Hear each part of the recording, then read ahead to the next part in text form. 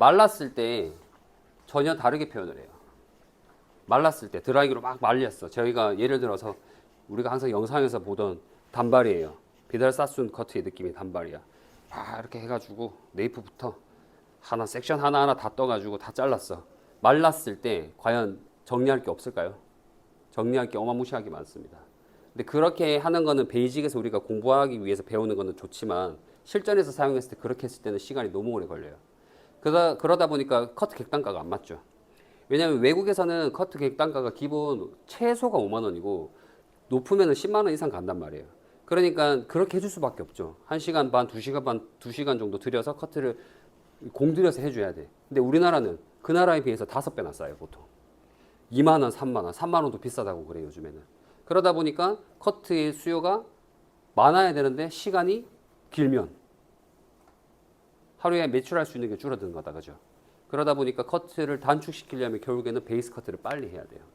그래서 옛날처럼 막 섹션을 네이프부터 하나, 둘, 셋 떠서 할 필요가 없고 한 3등분에서 2등분 정도 나누고 이제 베이스 커트를 빨리 해버리고 말리고 나서 질감과 수정의 길이 안 맞는 거를 좀 바로 맞추는 거죠. 층도 말리고 나서 내는 거고, 층도 말리고 나서 내요. 그래서 보통 베이스 컷은 라인 정하기가 제일 좋아요.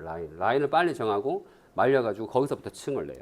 그게 조금 더 양쪽의 밸런스를 정확하게 맞출 수가 있어요.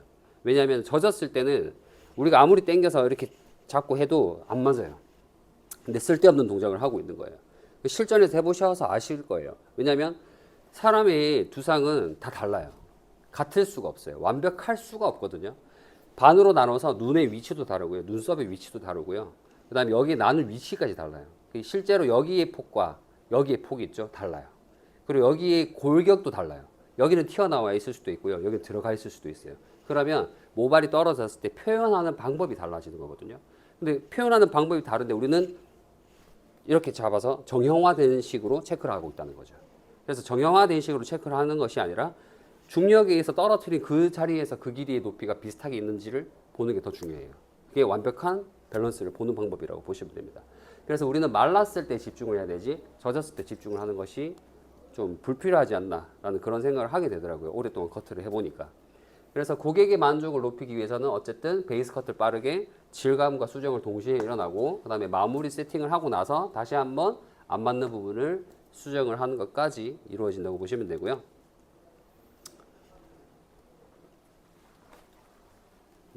그래서 제 교육은 약간 이런 느낌의 틀을 가지고 진행된다고 보시면 될 것 같습니다. 그리고 저를 좀 소개를 하자면 제가 지금 피치컷이라는 걸로 교육을 계속 하고 있어요. 이 질감에 대해서 거의 다 가지고 있다고 보시면 되고요. 저 같은 경우에는 손님한테 질감 테크닉을 썼을 때 5가지를 써야 될 손님이 있고요. 3가지만 써야 될 수도 있고요. 뭐 10가지 테크닉을 써야 될 수도 있어요. 근데 손님이 가지고 있는 뭐 디자인과 손님이 원하는 디자인과 거기에 따라서 조금 질감을 프로세스 있게 들어간다는 거죠. 그래서 무조건 티닝으로만, 무조건 슬라이싱으로만 이렇게 작업을 하는 것이 아니라 슬라이싱이 필요한 부위면 슬라이싱이 들어가줘야 돼요. 틴닝이 필요하다면 틴닝이 들어가줘야 되는데 거꾸로 반대로 슬라이싱이 들어가면 오류가 생겨요. 그래서 저 같은 경우에는 이제 오류를 많이 잡아내서 그 오류를 해결하는 방법으로 접근할 건데 수업 내용 안에 그런 내용들이 있기 때문에 선생님들이 아실 거예요. 왜 오류가 발생되고 오류가 발생되는 이유만 알아도 좀 해결 방법은 금방 쉽게 찾을 수 있겠죠. 그래서 5가지 질감 테크닉을 만들기 위해서 저 같은 경우에는 거의 10년 정도 부산에서 이제 일본을 계속 왔다 갔다 했어요. 그래서 일본에 있는 유명한 좀 질감 강사님들한테 많은 것을 전수를 좀 받았죠. 일본 같은 경우에는 틴닝만 사용하시는 강사분이 따로 있고요. 슬라이싱만 사용하시는 분이 따로 있고요. 레저만 사용하시는 분이 따로 있어요. 그래서 다른 분한테 각각 가서 배워서 내 걸로 하나로 만들어야 돼요. 그래서 한 분이 여러 가지 테크닉을 가르쳐 주는 것이 아니라 일본은 약간 그 오타쿠 성향이 있다 보니까 한 가지만 밀고 가요, 무조건. 그러다 보니까 그것만 이제 파고 들어가서 분석해서 알려주다 보니까 전문가가 되어 있는 거죠. 그래서 틴닝의 고수는 틴닝으로만 사용해요. 슬라이싱도 안 써요. 근데 이제 그런 부분들을 이제 제가 많이 돌아다니면서 많은 분들한테 엑기스를 뽑아서 제가 저만의 것으로 하나 만든 게 피치컷이라 보면 되고요. 이 고객한테 어울리는 핏을 찾아준다는 의미라고 보시면 될 것 같아요. 그리고 지금 또 뭐 교육도 많이 하고 다녔고 뭐 이런 거 저것도 많이 하고 다녔는데 이제 제가 지금 현재로서는 이제 서경대학교 아시나요? 서경대학교에서 이제 석사 과정 밟고 있고요. 앞으로는 이제 교수 쪽으로 이제 전진을 하려고 좀 노력을 하고 있습니다. 그래서 이 헤어 쪽에서는 이 학문적인 부분이 되게 얕아요, 생각보다. 깊이 있게 좀 들어가줘야 되는데 그렇지 못하거든요. 근데 이제 이렇게 하는 이유가 좀 한국의 미용사분들의 이 좀 자부심을 높이기 위해서 뭐 좀 이렇게 노력을 좀 개인적으로 좀 하고 있고요. 그리고 베트남을 많이 다녔어요. 제가 해외를 좀 많이 다니면서 느꼈던 점이 뭐냐면 한국의 미용사들을 이 해외에 있는 분들을 되게 높이 평가해요. 일단 미용사가 베트남에 가서 저 미용사예요 딱 하는 순간 K뷰티 되게 유명하기 때문에 엄청 높이 평가하거든요. 근데 제가 갔다 와서 이제 평가를 제 시선으로 했을 때는 어떤 느낌이었냐면 그들이 생각했던 것보다 우리나라의 이 테크닉 수준이 그렇게 눈높이가 높지는 않을 텐데라는 생각이 들더라고요. 그래서 조금 각자의 이 미용사 분들이 이 좀 역량을 키워가지고 조금 그분들이 다시 바라봤을 때 정말로 이제 좀 존경받는 미용사가 됐으면 좋겠다는 생각으로 활동을 좀 많이 하고 있습니다. 자, 이 피치컷이 나온 게 아까 서론에서도 설명을 했지만 현재 우리가 옛날에 전통적인 베이직을 많이 배웠어요. 뭐 비달사순, 토니 엔가이, 피봇 섹션, 뭐 일본 커트, 보통 이제 미국 쪽, 유럽 쪽 커트 아니면 우리는 일본 쪽 커트를 되게 많이 접했었거든요. 그런데 우리나라의 커트는 아예 없어요. 그죠? 근데 이제 여기서도 제가 이제 많은 교육을 받았지만 오류가 되게 많습니다. 쉽게 얘기하면 비달사순에서 제일 예쁜 머리라고 꼽아서 얘기할 수 있는 게 딱 한두 가지밖에 없어요. 어떤 머리인 것 같아요? 그냥 비달사순 하면 딱 생각나는 머리. 그렇죠. 보부야. 단발 보부밖에 없어. 그 외에는 그냥 그래요. 솔직히. 근데 토니 앤 가이는 가벼움이 있기 때문에 중단발이나 롱이 좀 더 예뻐요. 그래서 그 두 가지가 믹스가 되는 게 좀 잘 좋겠죠. 근데 이 두 가지 교육기관에서 감성적으로 어렵게 가르치다 보니까 피벗 포인트가 나온 거예요. 얘네들에 있는 내용을 분석해서 베이직부터 깔아서 간다는 거죠. 그러다 보니까 이제 외국 쪽 교육은 한 세 가지 정도로 통일이 되고요. 그 다음에 일본식 커트는 되게 많아요. 일본 구조 커트는 되게 많은데 엄청 가벼운 곳이 있고 적당히 가벼운 곳이 있는데 거의 다 가벼워요, 일단. 거의 다 가볍습니다. 근데 결국에는 이쪽에 있는 부분들은 왜 가볍게 설계가 되냐면 아시아인들이랑 외국인들이랑 안 맞잖아가 되는 거죠. 비달사순 커트를 일본인들이 가가지고 다 배워서 왔는데 우리나라 사람들한테 일본인들한테 써보니까 곱슬기도 심하고 숱도 많고 그대로 쓰니까 어떻게 돼요? 폭탄머리가 되는 거예요. 그러다 보니까 이거 아닌 것 같은데 해서 나온 게 질감이에요. 그래서 질감은 일본이 시초라고 보시면 됩니다. 그래서 틴닝도 일본에서 만들어진 거고요. 원래는 그냥 일반 블런트 가위로 이렇게 하나씩 다 잘랐었어요. 하나씩 다 잘랐었어. 요즘에 우리가 좀 피치 컨트롤이라고 해서 많이 사용하는 것들도 있는데 이 미용사들이 사용하는 테크닉이 있거든요. 근데 그런 것들이 틴닝 나오기 전부터 이미 데이터가 있는 거예요. 그것들은. 그러다 보니까 너무 귀찮은 거야 또 그 제자들이. 언제 이거 이렇게 하고 있어요. 그래서 나온 게 틴닝이라고 보시면 됩니다. 그러면 이 간격에 맞게 잘려져 나가고 그 다음에 남아있는 부분들 만들면 되는 거 아니야? 이렇게 해서 이 틴닝이 나오는 바람에 쉽게 질감 정리가 된다는 거죠. 그래서 왜냐면 이렇게 커트를 하면은 진짜 한 3시간씩 걸려요. 3시간씩 한 올 한 올 다 잘라야 돼. 대신 틴닝의 쉐입보다는 훨씬 더 예뻐요. 내가 조절할 수 있기 때문에. 하지만 틴닝도 내가 그 테크닉에 대한 이 이해도가 있으면 똑같이 만들 수 있다는 겁니다. 덜 지저분한 상태로. 그래서 그런 부분들 좀 이해하시면서 접근하시면 될 것 같고요.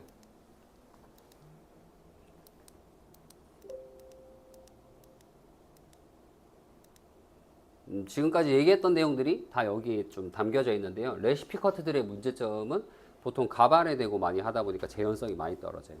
근데 저도 이제 시술적인 부분에 있어서 가발에 대해서 배우는 거는 오류가 많다고 얘기를 해요, 항상. 그래서 베이직 커트는 오류라고 제가 유일하게 외치고 다니고 있어요. 베이직 커트는 오류예요. 대신에 그 오류가 나오기 때문에 그 오류를 해결할 수 있는 방법의 틀을 만들어주는 게 베이직 커트라고 생각을 합니다. 그래서 베이직 커트를 딱 하고 나면 이제는 두상과 모류와 모량이 다르다는 걸 이제 표현하기 시작해요. 말랐을 때. 그때 해결해서 이제 좀 정리를 하시면 되거든요. 근데 우리는 젖었을 때 해결하려고 하니까 그게 안 보이는 거예요. 근데 이미 잘리면 안 되는 머리를 젖었을 때 다 잘라냈어요. 그러니까 이제 더 이상 해결이 안 되겠죠. 그래서 이제는 순서를 좀 바꾸셔서 접근하시는 게 좋고요. 그 다음에 살롱이 이제 고객한테 좀 컴플레인 걸리는 경우가 되게 많습니다. 클레임 걸리는 경우가. 그래서 고객분들한테 물어봤을 때 지금 고객분들이 제일 불편해하는 요소들이 지금 거의 10가지, 여기까지가 대충 함축적으로 얘기를 해놨는데 보통 이래요. 상담을 할 때 여자분들이 제일 스트레스 받아 하는 게 요만큼만 잘라달라 했어요. 근데 이만큼 잘려 있어. 그런 걸 제일 스트레스 받아요. 왜 그러냐면 젖었을 때기 때문이에요. 젖었을 때 100% 타이트하게 잘랐기 때문에. 거기다가 우리가 포인트 커트하고 질감 커트 들어가잖아요. 모발의 길이의 끝은 분명히 여기 있는 게 맞아요. 제일 끝은. 근데 여기서 짧은 애들이 위로 올라가 있기 때문에 진한 곳을 표현하게 돼요. 진한 곳. 진한 곳을 라인으로 표현하게 돼요. 그러다 보니까 고객이 생각했을 때보다 짧아 보일 수밖에 없죠. 그러다 보니까 우리는 조금 여유 있게 잘라주는 게 좋아요. 그래서 제가 이제 만들어낸 공식 중에 하나가 손가락 한 마디예요. 딱 이 한 마디. 이 한 마디 정도 여유 있게 자르고 이 한 마디로 거의 다 좀 뭔가 만들 수 있으면 좋겠다라는 생각으로 한 마디를 기준으로 잘라봤더니 밸런스 있게 나와요. 그리고 수정할 수 있는 적절한 길이기도 하고 이거보다 길면 수정하는 시간이 더 오래 걸려요. 길이가 너무 안 맞기 때문에 너무 이제 층이 무겁게 되거나 그래서 저 같은 경우 이제 한 마디를 좀 기준으로 간다고 보시면 되고 손가락 한 마디거나 아니면 손가락에서 두 마디 정도 손가락 하나 이 하나의 손가락이거나 크기거나 손가락 두 마디 요걸 저는 포인트로 좀 잡고 기준이라는 게 있어야 되기 때문에 이 기준을 잡고 가면 커트가 좀 쉬워집니다.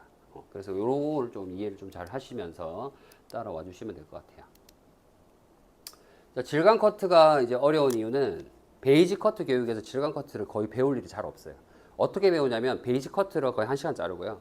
질감 커트 같은 경우에는 한 10분도 안 알려줘요. 그래서 그냥 패턴대로 알려주죠. 하나, 둘, 셋. 하나, 둘, 셋. 그 다음 세로로 하나, 둘, 셋. 이건 그라예요. 이건 레이어예요. 그리고 거의 끝나는 게 질감 커트 교육이었지 않나 그런 생각을 합니다.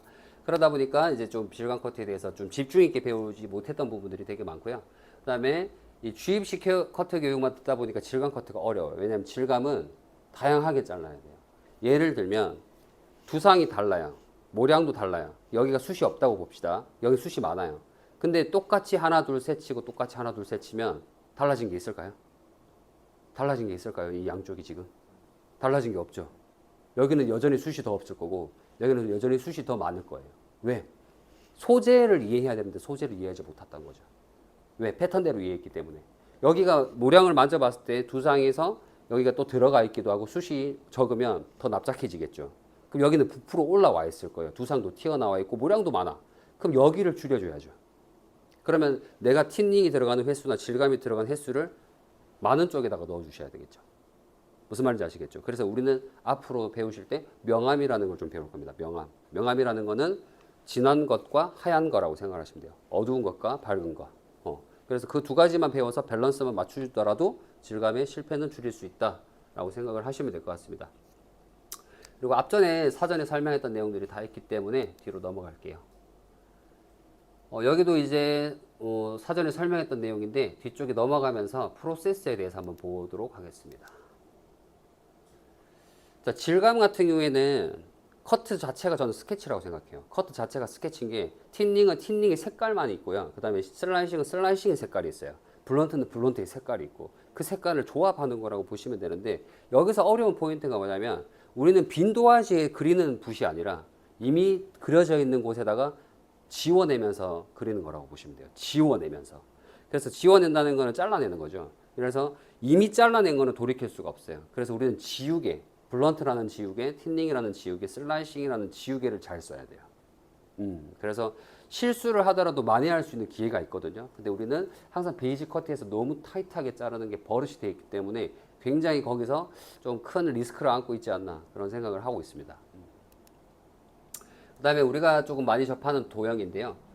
이 세 가지만 있으면 다 이해할 수 있어요.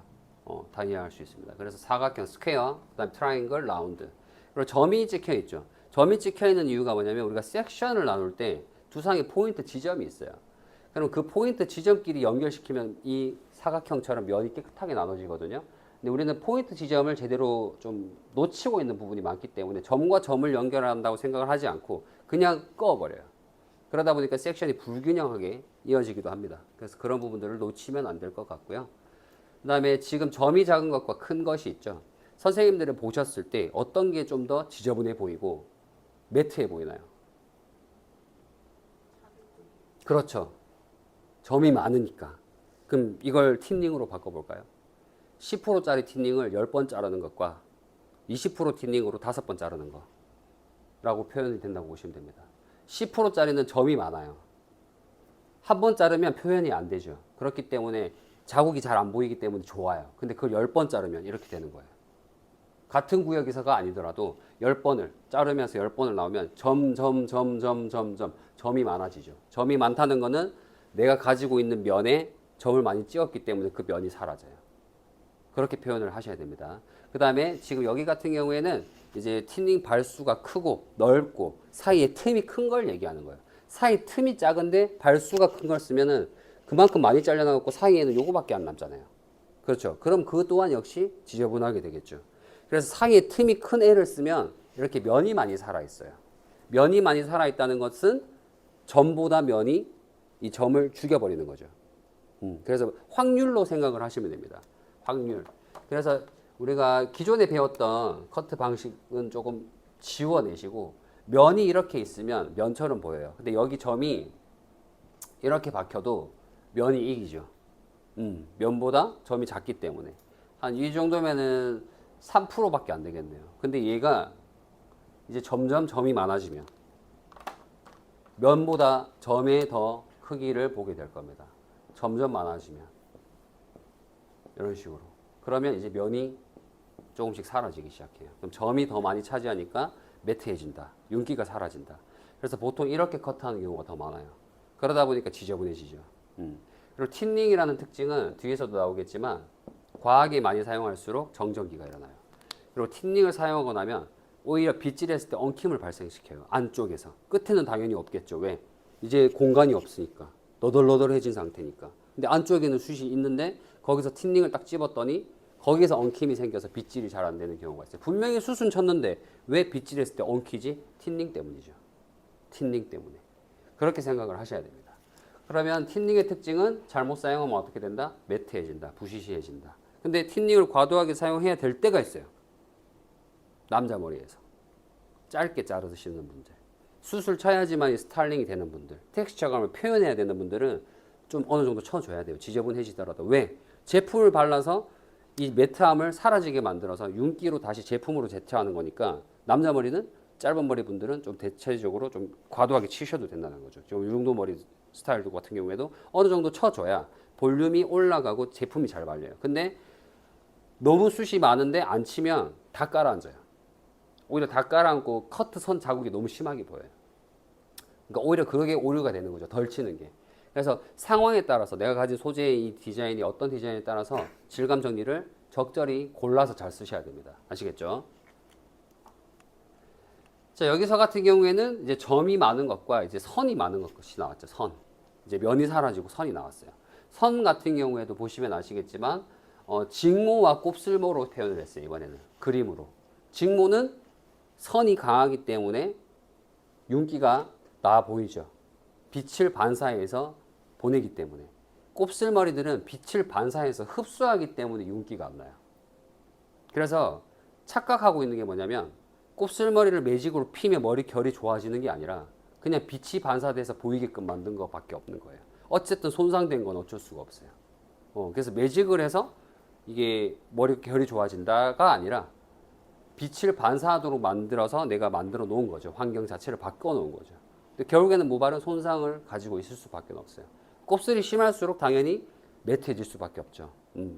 그렇기 때문에 이렇게 좀 해석을 좀 하셔야 되고요. 그 다음에 점으로 계속 얘기를 하고 있는데요.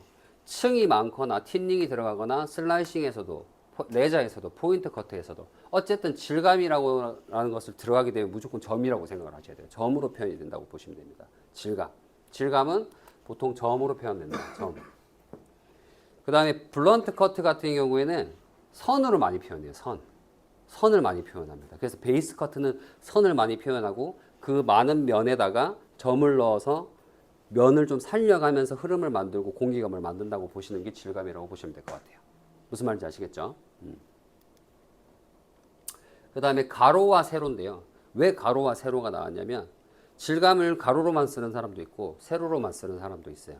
가로로 쓰게 되면 무게감은 좀 어느 정도 생길 수 있어요. 층이 그렇게 과도하게 나지는 않거든요. 가로로 해서 많이 올려서 쓰면 당연히 층이 나겠지만 그래도 가로는 넓어 보이는 효과가 있고요. 세로는 길어 보이게 하는 효과가 있어요. 그러면 고객이 가진 두상이 넓다면 살짝 줄이고 싶으면 세로로 틴닝해서 슬림하게 만들 수도 있고요. 가로로 과하게 치다 보면 넓게 표현되기 때문에 오히려 슬림하게가 안 되는 경우가 더 많아요. 그래서 가로와 세로를 적절히 치셔야 되는데 그런 질문들을 하죠. 그럼 가로로만 쳐요? 세로로 쳐요? 언제 세로로 치고 언제 가로로 쳐요? 했을 때 제 대답은 가로와 세로를 두 가지 다 사용합니다. 숱이 많은 구역에는 특히나. 예를 들어서 네이프 같은 경우에는 여자분들 머리 묶어가지고 양쪽이 이제 좀 없는 경우가 있어요. 모량이. 그럴 때는 좀 무게감을 실어주기 위해서 가로로 칠 수도 있겠죠. 그리고 가운데서 머리가 많이 뭉쳐가지고 막 모량이 많아 보여요. 그럴 때는 세로로 쳐서 뿌리부터 쳐가지고 없애주는 방향도 있는 거고요. 그래서 많은 곳은 가볍게, 없는 곳은 약간 무겁게 표현하면서 양쪽을 밸런스를 맞추는 것이 명암을 보고 체크를 하셔야 된다라고 생각을 하시면 될 것 같습니다. 그래서 저 같은 경우에는 숱이 많은 분은 가로, 세로, 사선까지 다 쳐요. 그거 생각하시고. 그 다음에 우리가 틴닝을 사용했을 때 실패하는 경우가 뭐냐면 슬라이스에 텐션을 준 상태에서 끝이 아니라 안쪽을 쳤을 때 지저분해지고요. 그 다음에 뿌리 쪽은 자르지 못하고 자꾸 끝에만 쳤을 때, 엔드 시닝만 했을 때 무너집니다. 커트. 그 다음에 이제 너무 과도한 텐텐 틴닝 같은 걸 좀 여러 번 찝었을 때는 이렇게 돼버려요. 그러니까 모발이 자기가 해야 될 역할을 못해요. 예를 들어서 우리가 네이프에서 그라데이션을 잘랐어. 그럼 그라데이션의 느낌은 어떤 거예요? 무거운 느낌이죠. 무거운데 볼륨감도 살짝 있어야 돼. 근데 거기다 질감을 너무 많이 넣어버렸어. 그러면 이 얘는 무게감도 없어지고요. 이 층의 볼륨감도 없어져요. 그러니까 자기가 할 수 있는 역할을 잃어버리는 거죠. 그게 이제 커트가 무너졌다라고 표현을 좀 많이 합니다. 그래서 그런 식으로 되는 경우가 세 가지 원인 때문에 일어나고요. 그 다음에 A 같은 경우에는 우리가 이따 배울 건데 뿌리라고 보시면 돼요. 뿌리, 두피 안쪽. 근데 우리가 두피 안쪽을 제가 교육을 많이 해봤지만 두피 안쪽을 저한테 배우기 전에 쳐볼 수 있는 사람은 한 명도 없었어요. 왜? 배운 적도 없고 경험해본 적도 없고 거기를 자르면 어떻게 되는지에 대한 데이터가 없기 때문에 겁이 나는 거지. 근데 배우고 나면 왜 뿌리 가까이 쳐야 되는지도 이해가 되는 거예요. 뿌리 가까이 쳐도 된다라는 걸 좀 자신감이 생기는 거죠. 왜? 데이터가 있기 때문에. 그래서 뿌리 쪽을 쳐야 될 곳은 쳐야 돼요. 근데 안 치고 중간 밑에만 치니까 속은 무거워가지고 아무것도 할 수가 없죠. 부풀어오름만 계속 생기죠. 처지거나. 그래서 그런 부분들을 좀 생각을 하시면서 사용하시고요. A 라인 같은 경우에는 틴닝에 프로테이지가 있어요. 틴닝에는 10%에서 15%, 그 다음에 20%에서 25%, 30%에서 35%, 많으면 이제 45%에서 50%까지 있죠. 그래서 프로테이지를 각각 가지고 있어야 돼요. 각각 가지고 있어야 되고, 지금 뿌리 안쪽 같은 경우에는 10%짜리 틴닝에서 15%짜리 틴닝을 사용하시는 게 제일 좋아요. 많은 양을 날리는 것도 중요하겠지만, 이 25%짜리 이상을 쓰게 되면 무조건 자국 나요. 무조건. 그 이유가 뭐냐면, 우리가 틴닝의 앞쪽에 이 한 두 개의 마디로만 자를 거거든요. 뿌리는 얘 아니면 얘로만 잘라요. 틴닝이 이렇게 딱 있다면. 근데 이제 우리가 틴닝 생긴 이 넓이가 더 중요해요. 넓이가 왜 중요하냐면 15%라도 여기 이 날의 넓이, 빛날이라고 하거든요. 빛날의 넓이가 넓은 게 있어요. 걔네들은 여기까지 나 있기 때문에 여기까지 다 잘라내겠죠. 그리고 같은 15%인데 빛날의 크기가 되게 촘촘한 게 있어요. 적게 잘리겠죠. 그러면 표현이 얘가 조금 더 안 보인다. 잘라도 표현이 안 되는 게 얘다. 티 안 나는 거. 근데 티가 난다는 거는 넓은 틴닝을 사용했을 때. 저 15%인데요 해서 딱 집었어. 근데 왜 지저분해져? 날이 크기가 크기 때문에. 그래서 우리가 틴닝도 날의 종류를 잘 이해하시면서 사용을 좀 하시는 게 제일 좋습니다. 그래서 우리가 틴닝은 종류가 많아서 문제예요. 슬라이싱은 종류가 많이 없어요. 그냥 슬라이싱 가위가 하나인데 틴닝은 종류가 많아요. 그래서 그 종류에 대해서 이해를 하셔야 되고 선생님들이 가진 틴닝이 지금 어떤 상태인지를 아셔야 돼요. 그래서 틴닝의 날에 대해서 지금 잠깐 짚고 넘어갈 건데 틴닝의 날의 종류는 이렇게 직선적인 느낌으로 해서 무홈이라는 게 있습니다. 무홈이라는 게 있고요. 그 다음에 이렇게 V로 해가지고 완전히 강한 V로 되어 있는 홈이 있는 가위가 있어요. 홈이 있는 가위. 그 다음에 이렇게 산을 이루고 있는 가위가 있어요. 세 가지가 있어요. 세 가지. 이 세 가지로 보통 틴닝이 다 이루어지는데 요즘에 틴닝 구매하시면 거의 다 대체적으로 이렇게 생겼어요. 거의 다가. 그리고 날의 넓이라는 게 있다고 했죠. 어떤 날은 이렇게 얇게 있고 어떤 애들은 이렇게 넓게 있고 또 어떤 애들은 이렇게 휘어 있어요. 이렇게 휘어 있어. 날의 형태가. 그러고 나서 여기에서 무홈이냐, 홈이냐, 이렇게 지그재그로 이루고 있냐, 이렇게 또 세팅이 된다고 보시면 됩니다. 그래서 선생님들 가지고 있는 틴닝 한번 꺼내 볼게요. 틴닝을 딱 꺼내 봤을 때 날이 살짝 휘어져 있을 수도 있고요. 그리고 홈이 있는지 보셔야 돼요. 이게 정말로 촘촘하게 되어 있기 때문에 완전 가까이서 봐야 돼요. 가까이서 봐야 돼요. 홈이 있나요? 네. 그죠? 지금 같은 경우에는 V홈이죠. 네. V홈처럼 가운데만 딱 한 개밖에 없다면 지금 틴닝 같은 경우에는 무조건 찝고 열고 빼야 되는 가위예요. 찝은 상태에서 절대 안 빠져요. 빠질 수가 없어요. 다 뜯겨요. 뜯길 거예요. 왜냐면 홈이 있기 때문에. 그 홈에 머리카락이 걸려서 잘리고요. 지금 같은 경우에는 선생님 가위는 되게 촘촘하게 돼 있거든요. 촘촘하게 돼 있다고 해서 적게 나가는 게 아니에요. 엄청 많이 나가는 가위입니다. 왜? 홈 안에 머리카락이 다 걸리는 것마다 다 잘라버려요. 그렇기 때문에 지금 가진 틴닝은 생각보다 많이 날아가요. 그러면 작은 점이 많이 잘리면 어떻게 된댔어요? 지저분화돼 있죠. 그렇죠. 지저분해 주실 수 있는 가위라고 보시면 됩니다. 그래서 남자 머리에 적합하게 사용을 좀 많이 하는 편이에요. 저도 이 홈이 있는 가위는. 그리고 절대적으로 빼려고만 하시면 안 돼요. 틴닝은 빼는 거 아니에요. 슬라이딩이 아니라 찝고 열고 찝고 열고 찝고 열고 이렇게 빼셔야 돼요.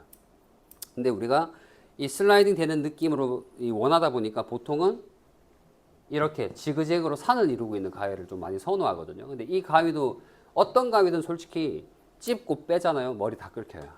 남아있는 애들이 다 긁혀요. 그러면 큐티클이 벗겨지는 거나 마찬가지라고 보시면 됩니다. 그래서 보통은 찝고 열고 찝고 열고 가위질 하듯이 틴닝이 들어가야 돼요. 가위질 하듯이 가볍게 가볍게. 이게 이제 틴닝의 정석인데 보통은 이 부분도 제대로 배우지 못하니까 자꾸 이게 빼려고만 하는 거예요. 뭐든지 다 빼려고만 해요. 그러다 보면은 모발이 다 끓긴다고 했죠.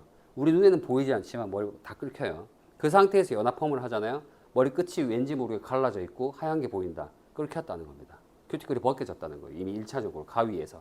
그래서 틴닝에 대해서 좀 이해하시면서 사용을 하셔야 되고, 그 다음에 틴닝을 선생님들 딱 잡아보셨을 때, 선생님 거 잡아볼게요. 잡아보셨을 때 가위를 열어보면 복날, 면이 위로 가 있죠. 면이 위로 가 있죠. 요게 이제 정상적인 틴닝이 보통 이렇게 기준으로 표준으로 해서 나오는데 면이 있는 쪽이 많이 잘려요. 면이 있는 쪽이. 그럼 선생님들 가위는 위에가 면으로 되어 있고 밑에가 빗살이죠. 빗날과 복날인데 복날이 있는 쪽이 많이 잘린다 했잖아요. 그러면 윗면과 아래면이라는 거죠. 둘 중에 하나. 그럼 지금 우리는 윗면이 많이 잘리는 거예요. 그러면은 내가 이렇게 그냥 사용했을 때 윗면이 많이 잘리니까 위에가 지저분해지겠죠. 윗면이 지저분해지겠죠. 속면이 지저분해지는 거죠. 속면이 많이 잘리는 거니까. 무슨 말인지 알겠죠. 그래서 복날의 위치가 어디 있냐에 따라서 지저분함이 결정된다고 보시면 됩니다. 많이 잘려요. 그럼 내가 겉에를 많이 지저분하게 할 거면 복날이 위로 올라가는 거지. 근데 내가 속을 지저분하게 만들면서 면은 위쪽에다가 감싸줘야 되니까. 그러면 복날의 위치를 바꿔야 돼요. 그렇기 때문에 저도 틴닝을 선생님들처럼 기본 타입으로 사용하다가 다 바꿨어요. 저는 양손잡이를 써요. 안경 타입으로. 왜? 복날의 위치를 언제든지 바꿔 쓰기 위해서. 그러다 보니까 저는 기본 틴닝도 복날이 있는 틴닝도 양손잡이에요. 그래서 이거에 대해서 제대로 얘기해 줄 사람이 진짜 없어요. 저도 맨날 이걸 공부하다 보니까 왜 양손잡이가 필요한지를 이해하게 됐고, 내가 복날의 위치를 언제든지 바꿔야 되는데 바꿀 수가 없어요. 일반 타입은. 그러다 보니까 불편한 요소가 생기는 거죠. 가위질을 할 때마다. 그래서 그런 부분들을 잘 이해하시면서 작업을 해주셔야 되고, 선생님들처럼 복날의 위치를 여기로 잡으면 이렇게 써야 돼요. 근데 이렇게 쓰면 속도가 느려져요. 속도가 느려져요. 그렇기 때문에 저는 뒤집어서 남자 머리 싱글링을 할 때도 이렇게 가죠. 근데 선생님들 가위로는 이렇게 가야 돼요. 그러니까 틴닝 하나 때문에 커트의 속도도 좀 달라진다고 생각을 하시면 될 것 같습니다. 그래서 일단은 복날의 위치가 어디냐에 따라서 지저분함이 어디에서 지저분해지는지가 결정이 된다. 그래서 커트는 사각의 면을 생각해야 돼요. 사각의 면. 우리가 잡는 패널은 항상 사각형이거든요. 그죠? 근데 우리가 걔네들을 모으니까 사각형이 아니라고 생각을 착각하는 거예요. 하나의 면이라고 생각을 한다는 거죠. 예를 들면 자, 사각의 면을 우리가 섹션을 뜨잖아요. 그죠? 섹션을 떴어요. 우리는 얘를 사각의 면으로 가지고 온다고 생각을 해야 되는데 이렇게 모아버리니까 하나의 면으로 생각한다는 거죠. 착각하고 있다는 거지. 얘네들 펼치면 어떻게 돼요? 얘네들 펼치면 사각형으로 돌아가죠. 그래서 우리는 뭘 이해해야 되냐면 윗면이 있고요. 밑면이 있고요. 좌우의 면이 있다는 걸 이해해야 돼요. 내가 가진 모든 패널은 사각형이라고 생각을 하셔야 됩니다. 그러면 질감을 우리는 보통 지금 어떻게 자르고 있냐면 하나의 면만 자르고 있는 거예요. 위쪽이거나 밑쪽이거나 위쪽이거나 왼쪽이거나 오른쪽만 자르고 있던 거예요. 그러니까 나머지 부분들은 어떻게 돼 있겠어요? 아직도 무거움이 남아 있는 거죠. 무슨 말인지 아시겠죠?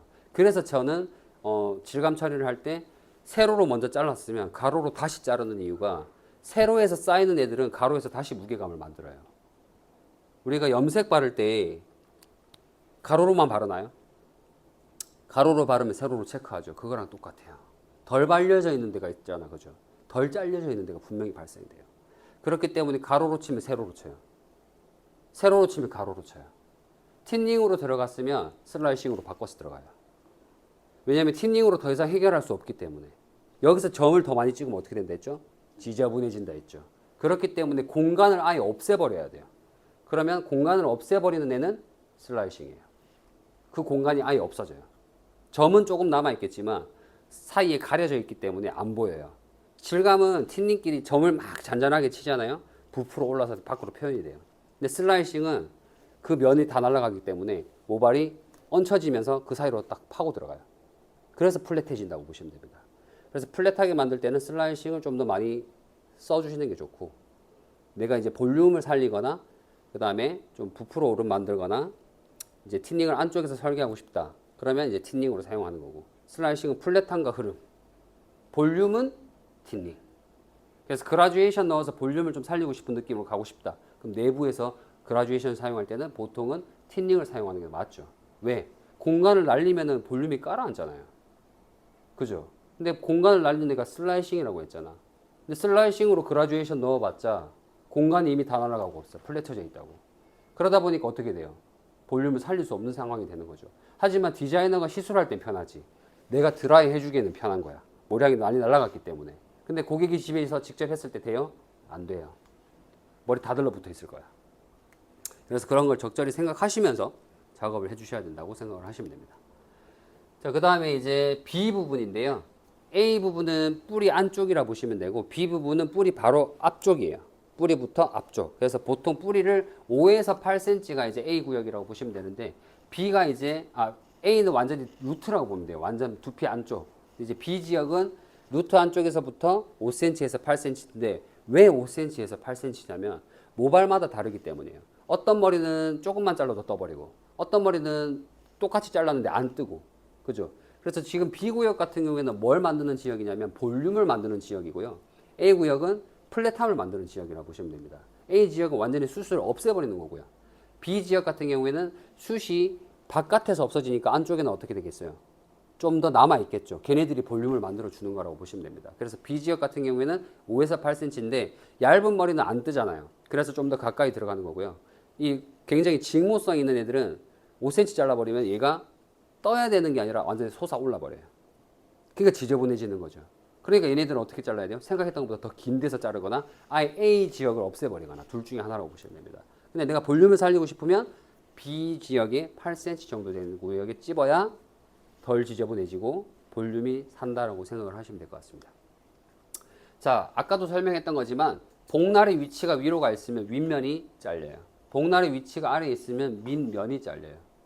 이 두 가지를 기억하시면서 작업을 좀 해주셔야 됩니다.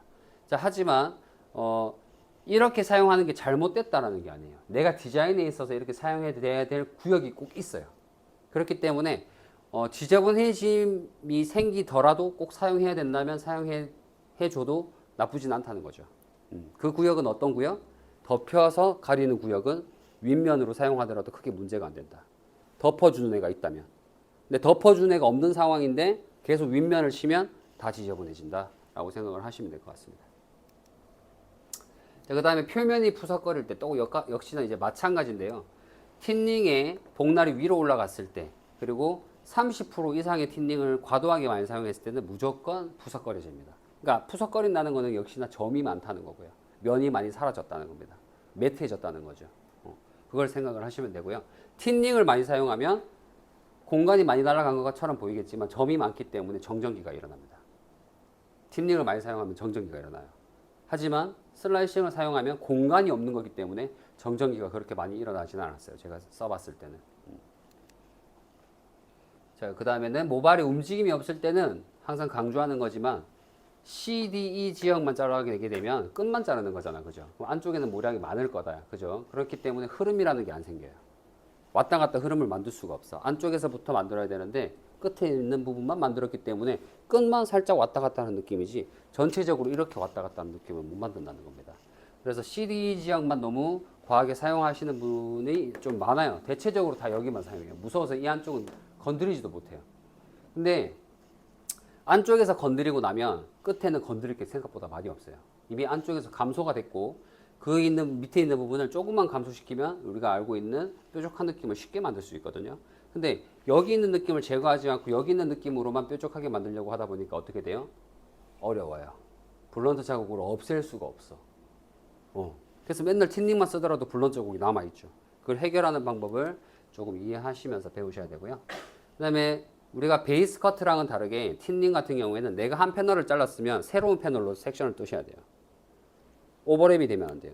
베이스 커트는 오버랩을 해야 가이드를 보잖아. 그죠? 근데 그게 아니라 오버랩 하지 않고 새로운 섹션이 계속 생겨야 돼요. 또 새로운 섹션, 또 새로운 섹션. 오버랩이 되는 순간 내가 그 전에 잘랐던 질감이 더 잘리겠죠. 그럼 어떻게 되겠어요? 이 가운데가 무너져. 지저분해지죠. 무슨 말인지 아시겠죠? 그리고 내가 세로로 잡아서 자르더라도 복날이 있다는 거죠. 여기 면을 지저분하게 해야 될까? 여기 면을 지저분하게 해야 될까? 또 거기서 결정을 해야 돼요. 뒤통수는 그렇게 상관없겠죠. 근데 앞쪽으로 올수록 앞에 베이스 라인에 가까울수록 복날이 앞에 있으면 어떻게 되겠어요? 지저분해지겠죠. 그래서 복날은 베이스 라인 쪽에서는 복날을 뒤쪽으로 하는 게 좋겠죠. 세로로 작업을 한다면. 그죠? 그 다음에 베이스 커트예요. 되게 한 5분 만에 자를 수 있는 베이스 커트. 우리가 베이직을 완전히 함축적으로 만들어가지고 되게 빠르게 자를 수 있는데요. 이 베이스 커트에 질감이 들어가게 되면 이렇게 표현이 됩니다. 완전히 다른 커트가 돼요. 자, 이 두 가지는 어떻게 사용했냐면요. 복날을 위로 사용했어요. 복날을 위로만 해서 잘랐다는 거죠. 복날을 위로만. 복날을 속으로만 해서 잘랐어요. 두 가지의 커트가 완전히 다른 느낌이지 않나요? 그죠? 여기에서 우리가 한 가지 알 수 있는 건 뭐냐면 복날을 밑으로 해서 자르면 밑에 가이드 라인의 아웃라인이 사라져요. 아웃라인의 위치가 바뀐다는 거죠. 그러다 보니까 이 기장이 어때요? 달라졌죠. 그리고 속면이 연하죠. 속면이 연하죠. 색깔 자체가. 근데 여기는 속면이 어때요? 아직도 라인은 살아있고 속면이 진하죠. 이게 복날을 위로 했을 때 효과입니다. 그리고 위로 했을 때의 느낌은 뭐냐면 위에 있는 기장이 짧아져요. 그러다 보니까 어떻게 돼요? 볼륨의 위치가 올라갑니다. 길이가 짧아졌기 때문에. 여기 같은 경우에는 길이에는 많이 짧아지진 않았죠. 높이가. 층이 많이 안 났죠. 속만 계속 짧아졌다는 거예요. 그러니까 여기는 어디가 건드려진 거예요? 아웃라인, 이 안쪽에 있는 아웃라인이 짧아졌다. 그래서 복날을 아래로 하면 어떻게 된다? 잘못하면 아웃라인을 잘라낼 수도 있다. 라고 생각을 하시면 됩니다. 지금 이 그림 같은 경우에는 되게 극단적으로 잘랐어요. 계속 이렇게 잘랐어요. 계속. 계속 이렇게 틴닝으로 막 잘랐거든요. 그래서 복날을 위로 해서 막 잘랐을 때, 복날을 속으로 했을 때 막 잘랐을 때. 그래서 막 자르면 이런 느낌처럼 엄청 지저분해지면서 속이 다 날아가 버려요. 그러니까 지금 이런 상태가 어떻게 보면 잘못하면 커트가 무너진 상태에 가기 일부 직전이라고 보시면 됩니다. 모발이 제 역할을 할 수 없는 상황. 하지만 우리가 머리를 잘 쓰면 쉽게 사용할 수 있겠죠. 복날을 속으로 해서 잘라서 볼륨 매직한다. C컬로 잘 말리겠죠. 안쪽에서 계속 쳐서 윗머리가 감기게 만드는 거니까. 내가 뻗치게 만들고 싶어. 복날의 위치를 밖에 설계해서 만들면 되는데 이제 제일 윗단에 있는 애들은 건들면 안 되겠죠. 덮어줘야 있어야 되고 그 밑에서부터는 복날을 바깥으로 사용해도 된다. 뻗치게 만들게 하기 위해서. 무슨 말인지 알겠죠? 그래서 테슬 컷을 보시면 아시겠지만 뻗쳐야 되는 느낌도 있단 말이에요. 살짝 나오면서 뻗쳐야 되죠.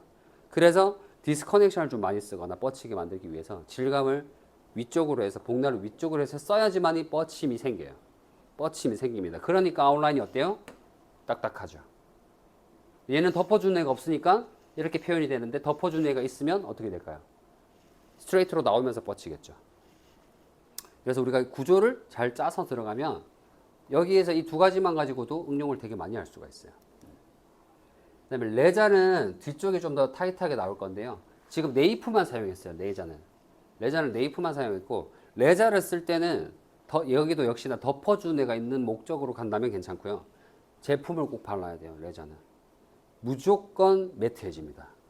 무조건 과하게 큐티클이 다 긁어내질 수밖에 없어요. 레자는 아무리 레자를 잘 쓰는 장인도 결국에는 베이스 커트를 가위로 해요. 그리고 일부 구역만 레자로 긁어내죠. 일부 구역만. 그러니까 레자와 이 블런트 가위의 하이브리드라 보시면 됩니다. 혼합. 그러니까 온리 레자로 사용하면 굉장히 지저분해져요. 뒤쪽에 지금 나올 건데 한 번씩 보면서 넘어갈게요. 자, 지금 보시면 아시겠지만 그냥 완전 베이스 컷이에요. 베이직 커트. 정말로 쉬운 베이직 커트예요. 어떻게 자르냐면요. 원랭스로 자르고요. 이 중간에서 45도로 들어요. 그리고 그냥 이렇게 가면 돼요. 그 커트가 질감이 들어가면 이렇게 돼요. 완전히 다른 커트가 됩니다. 뒤쪽에도 보시면 완전 베이직 커트예요. 완전 베이직 커트. 밑에는 그라, 위에는 또 수평 그라. 여기도 한 바퀴 도는 거예요. 그냥 이 머리가 질감을 치면 이렇게 돼요. 완전히 색깔을 다르게 만든다는 거죠. 근데 현재 우리는 어떻게 자르고 있다? 무조건 이 형태 먼저 만들고 여기서 질감을 치려고 한다는 거죠. 그러다 보니까 생각보다 어떻게 돼요? 지저분해지거나 뻗거나 그런 현상이 많이 생긴다는 겁니다. 그래서 여기에서 충분히 해결하면 저런 느낌까지 충분히 갈 수 있다는 거. 그 다음에 이제 여러 가지 테크닉을 통해서 이제 이렇게 잘라낼 수가 있고요. 다양하게 표현을 할 수가 있어요. 그러니까 내가 무겁게 만들고 싶은구요. 무겁게 만들고, 가볍게 만들고 싶으면 가볍게 만들고. 근데 실제 손님을 이렇게 잘라서 보내면 손님 이 스타일링 안 돼요. 우리가 뭐 인스타나 영상에서 보시는 것처럼 막 공기감 만들어가지고 막 이렇게 몇 가닥씩 해가지고 질감 표현하잖아요. 실제로 길에 돌아다니면 그렇게 다니는 손님 한 명도 못 봤어요. 그러니까 어떻게 보면은 홍보하기 위한 퍼포먼스용으로는 좋아요.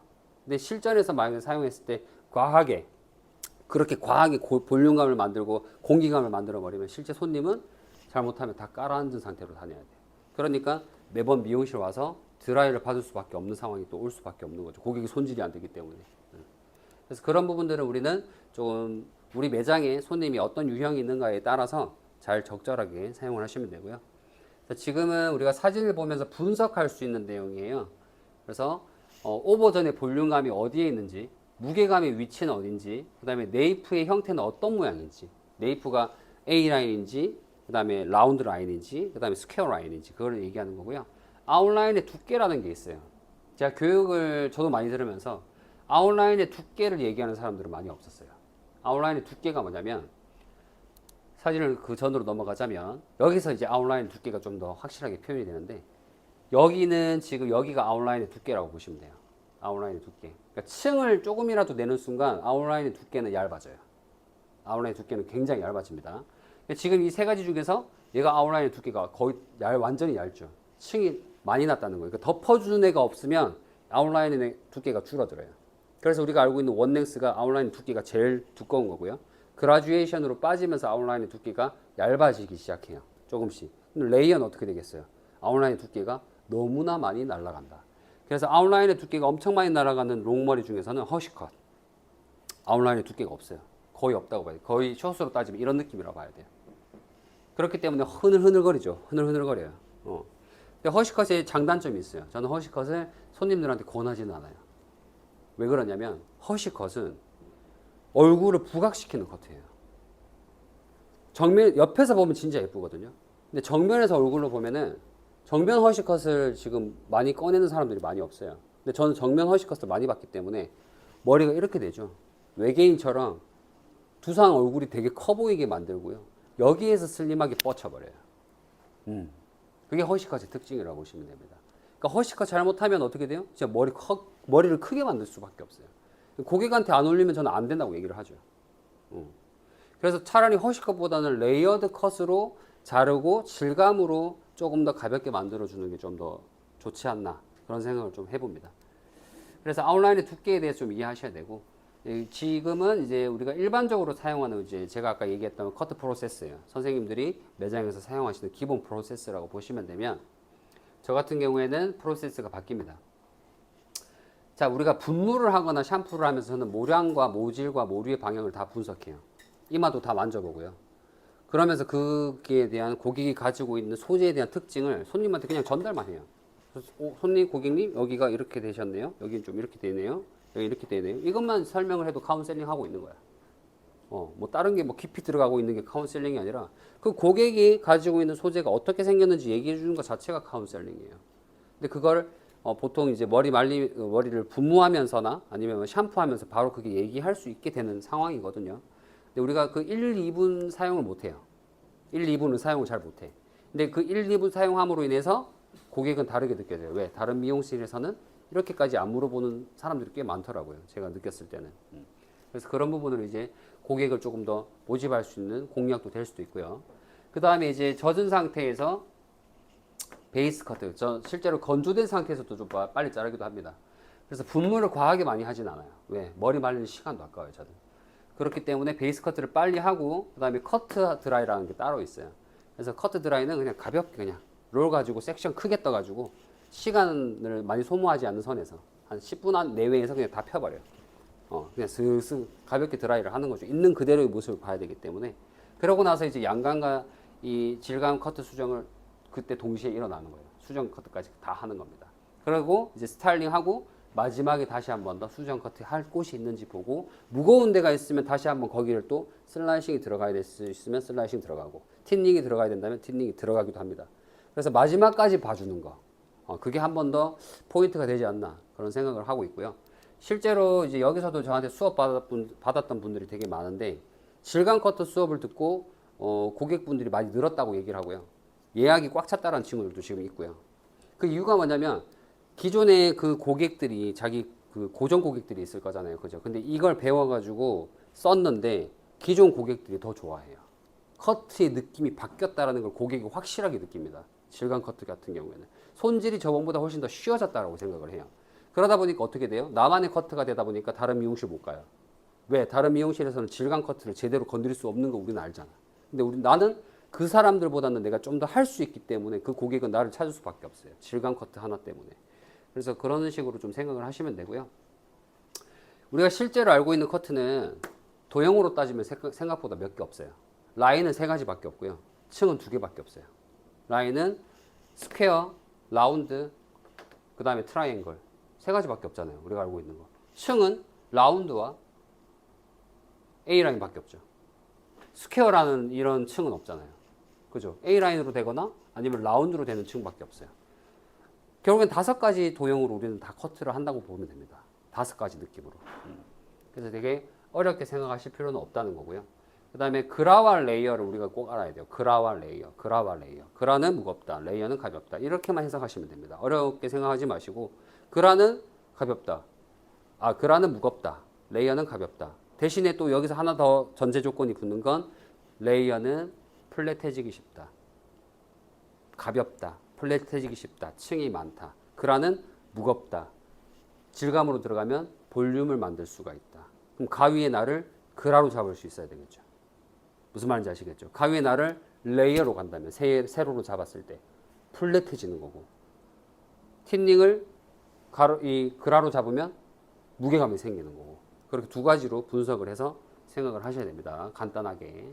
그 다음에 우리가 꼭 알아야 될 건 컨케이브와 컨벡스예요. 컨케이브와 컨벡스 들어보신 분? 컨케이브와 컨벡스. 진짜 얘기 많이 나오는 거거든요. 컨케이브와 컨벡스는. 남자 커트부터도 많이 들어가고요. 베이지 커트에서 컨케이브와 컨벡스가 주구장창 나와요. 그게 무슨 말이냐면 쉽게 얘기하면 숟가락 생각하면 돼요. 숟가락이 어떻게 생겼어요? 이렇게 생겼죠. 거기가 컨케이브예요. 근데 뒷면으로 뒤집으면 산을 이루고 있죠. 거기가 컨벡스예요. 그럼 머리카락으로 생각한다면 이렇게 떠먹는 곳이 다 날아가고 여기 남은 곳이 머리카락이에요. 이런 모양을 띠고 있다면 컨케이브라는 거죠. 다음에 모서리가 두 개다. 컨케이브 특징은 모서리가 두 개다. 가운데가 짧다. 양쪽이 길다. 이렇게 생각을 하셔야 됩니다. 그 다음에 컨벡스는 이렇게 가운데 산을 이루고 있다. 모서리가 있다. 모서리는 한 개다. 이렇게 생각하시면 됩니다. 그러니까 숟가락을 뒤집으면 이 모양. 원래 숟가락 떠먹는 모양이면 이 모양. 여기 컨케이브, 컨벡스. 이렇게 생각을 간단하게 하시면 되고요. 모양이 바뀌더라도, 위치가 바뀌더라도 컨케이브와 컨벡스는 계속 존재하죠. 예를 들어서 뒤집어 볼까요? 컨케이브.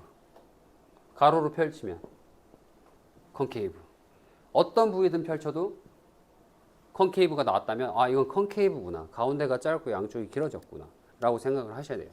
우리의 모든 커트는 컨케이브가 더 많이 생겨요. 그 이유가 뭐냐면 두상이 둥글기 때문이에요. 두상이 둥근데 스퀘어로 자르면 떨어뜨렸을 때 컨케이브 돼요. 어떤 부위든 다. 그래서 이것만 이해하면 되게 쉽게 빨리 커트할 수가 있어요. 일부러 컨케이브를 만들기가 쉽다는 거죠. 근데 우리는 이걸 잘 모르고 사용하니까 컨케이브가 왜 생겼는지를 모르는 거야. 자, 가로적인 부분에서 컨케이브는 괜찮아요. 예쁘거든요. 어디서 제일 많이 쓰겠어요? 앞머리에서 제일 많이 쓰죠. 가운데가 짧고 양쪽으로 길어지게 만드는 여자 머리, 사이드뱅, 시스루뱅 다 들어가잖아요. 그죠? 여자 머리는 거의 다 컨케이브로 설계된다고 보시면 돼요. 그럼 남자 머리도 요즘에 컨케이브로 또 설계를 좀 많이 하죠. 시스루 댄디 컷, 뭐 이런 느낌으로 해서 컨케이브로 설명을 하는데 좀 과하게 가진 않고 이렇게 완만하게 가요. 엄청 완만하게. 시스루 댄디 컷 느낌.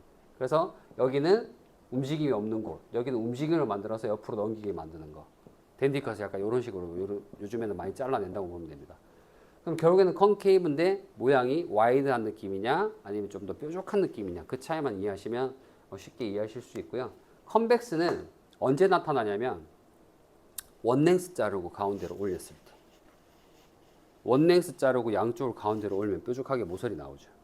그때 나오는 게 컨벡스예요. 컨벡스의 특징은 세로적인 곳에서 유리한데요.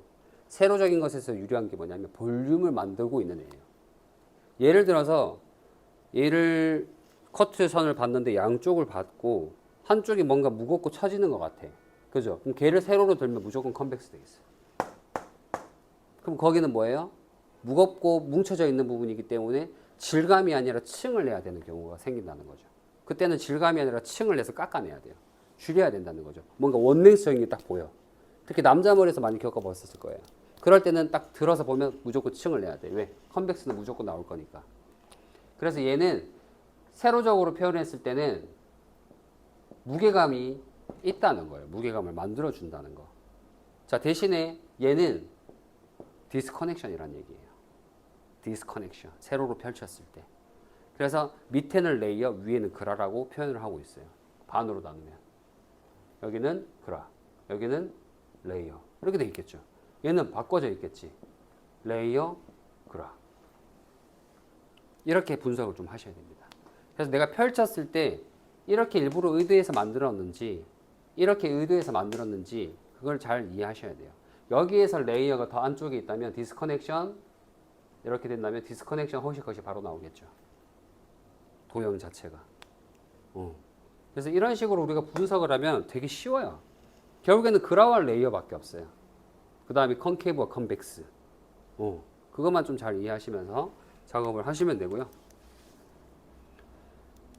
그 다음에 우리가 조금 작업을 오늘 베이스 커트를 먼저 하고 또 이론적인 부분에 대해서 얘기를 할 텐데 요거는 이제 제가 작업했던 거 한 번만 살짝 보여드리고 넘어갈게요. 실제로 사람을 마주하게 되면 뿌리가 다 틀어져 있어요. 그렇기 때문에 베이직 커트의 베이스 커트를 백날 열심히 해봤자 아무 소용이 없는 거예요. 젖었을 때. 왜? 어차피 말리면 지 마음대로 간단 말이에요. 이 상태를 알고 수정을 하고 질감을 쳐야 돼요. 근데 그렇지 않고 시간 줄이려고 젖어 있는 상태에서 질감 막 치시는 분들도 있어요. 근데 그렇게 됐을 때는 얘가 어떻게 될지 몰라. 앞으로 미래가. 젖어 있기 때문에 뭉쳐서 아예 말랐을 때 어떻게 표현할 수 있을지는 아무도 몰라요. 근데 실제로 보면 어떻게 돼요? 다 돌아가 있고 지 마음대로고 여기 중간 부분이고 네이프 부분이에요. 여자분들은 특히나 머리를 많이 묶는데 묶으면 여기가 들려서 머리가 꺾이는 분들도 있어요. 양쪽 다 이렇게 예쁘게 이렇게 묶으면 되는데 한쪽만 이렇게 한 손잡이들은 이렇게 막 이렇게만 해서 이렇게 여기 뭉쳐서 잡으면 한쪽이 뿌리가 다 틀어져요. 이분 같은 경우에는 약간 그런 케이스가 여기 있는 머리가 이제 이쪽으로 다 넘어가는 경우가 있거든요. 네이프에서. 그래서 지금 이렇게 밸런스를 조금씩 맞추기 시작해야 되는 거예요. 전체적인 느낌으로 그냥. 실제로 보면 이제 이 손님은 아까 제가 얘기했던 것처럼 뿌리가 옆으로 다 돌아가 있어요. 그러니까 여기는 모량이 없는 것처럼 보이지만 가운데로 모량이 다 쏠려 있는 상황인 거죠. 이런 부분들을 우리가 밸런스 있게 맞춰야 되는데 있는 그대로 잘라줘야 돼요. 있는 그대로. 얘가 돌아간 그대로 여기서 질감을 없애줘야 된다는 겁니다. 질감을 없애고 있는 거예요, 지금. 색깔이 비슷해지고 있죠, 지금. 여기는 가운데가 뭉쳐있고. 각 섹션의 위치 파트마다 다 달라요. 모량이 뭉쳐져 있는 게 다 다릅니다. 또 위로 올라가면 또 달라요. 또 위로 올라가면 또 다르고. 그죠? 그러니까 지금 질감도 이제 이 길이 같은 경우에도 안 맞죠, 여기는 지금. 근데 질감을 치고 이 포인트 커트랑 동시에 이루어지면서 뭔가 밸런스를 맞추고 있는 작업이라고 보시면 돼요. 근데 지금은 가로적인 느낌으로 맞추고 있고 나중에 또 세로적인 느낌으로 또 맞춘다고 봐야 돼요. 이런 식으로 계속 맞추고 있습니다. 아까 얘기했던 것처럼 틴닝은 복날의 위치가 정말로 중요하다. 꼭 계속 기억을 하셔야 됩니다. 복날의 위치가 어디 있는지 제일 중요하고요. 그 다음에 우리가 오늘 집중적으로 배울 내용이 A부터 E까지입니다. A, B, C, D, E. A, B, C, D, E. 그래서 A, B, C, D, E로 제가 항상 해석을 할 텐데 알려드리면서 어디가 A인지 어디가 B인지 정확하게 이해를 하시면서 잘 따라와 주셔야 되고요. 자, A와 B는 플랫과 볼륨이 뿌리 쪽에서 시작되는 구역이라고 보시면 되고요. C, D는 흐름이 생기기 시작하는 구역이에요. 흐름을 만들 수 있고 왔다 갔다 왔다 갔다 볼륨도 만들 수 있고 플랫도 만들 수 있는 거는 A, B로 이어서 C, D까지 넘어오고요. 모발 끝은 C, D에서 이루어져 있으면 모발 끝은 따라갈 수밖에 없어요. 모발 끝은 따라갈 수밖에 없습니다. 그러니까 모든 내부 구조는 A, B, C, D에서 다 이루어지고 모발 끝은 딱 두 가지밖에 표현을 못해요. 블런트냐 질감적인 이 뾰족한 느낌이냐 두 가지밖에 없습니다. 그 다음에 뿌리부터 잘라서는 안 되는 구역이에요. 첫 번째로 페이스 라인 쪽, 노출이 심한 쪽. 그 다음에 네이프도 여자들 묶었을 때 복날이 아래로 가면 어떻게 되겠어요? 이 상황에서 묶었을 때 생각하면 복날이 아래로 가면 밑에 잔머리가 다 삐져나와 있겠죠. 그래서 위치마다 다르게 써야 돼요. 복날의 위치를 묶었을 때까지 생각을 해야 돼요. 아시겠죠? 여자분들은. 그래서 그렇게 해석을 좀 하셔야 되고요. 그 다음에 아까 설명했던 것처럼 틴닝의 특징마다 점의 크기가 다르고요. 그 다음에 점의 크기가 다르지만 그 옆에 빈 공간이 있죠. 거기가 더 중요해요. 빈 공간의 넓이가 얼마나 넓냐에 따라서 면이 많이 살아있는 거니까 그게 좀 더 중요하다고 생각을 하시면 됩니다. 그 다음에 이너에서는 아까 제가 얘기했던 것처럼 그라와 레이어 두 가지밖에 없어요. 그라와 레이어만 좀 잘 집중적으로 이해하시면 되고 좀 잘 나는 무서워요 잘 모르겠어요 이러면 보통 스퀘어를 많이 쓰기는 합니다. 스퀘어가 두 가지 특징을 다 적절히 가지고 있어요. 그라냐 레이어냐. 그 다음에 슬라이싱에 대한 내용은 우리가 베이스 커트 먼저 하고 진행을 하도록 하겠습니다. 오늘 잘라야 될 베이스 커트 먼저 보여드릴게요.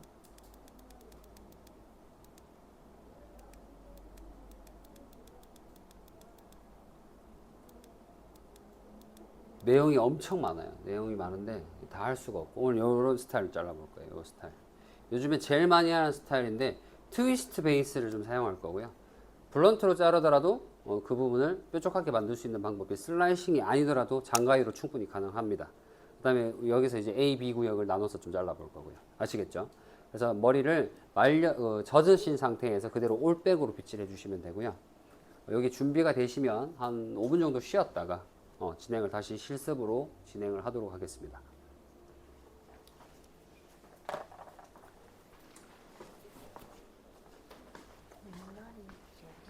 맞아요.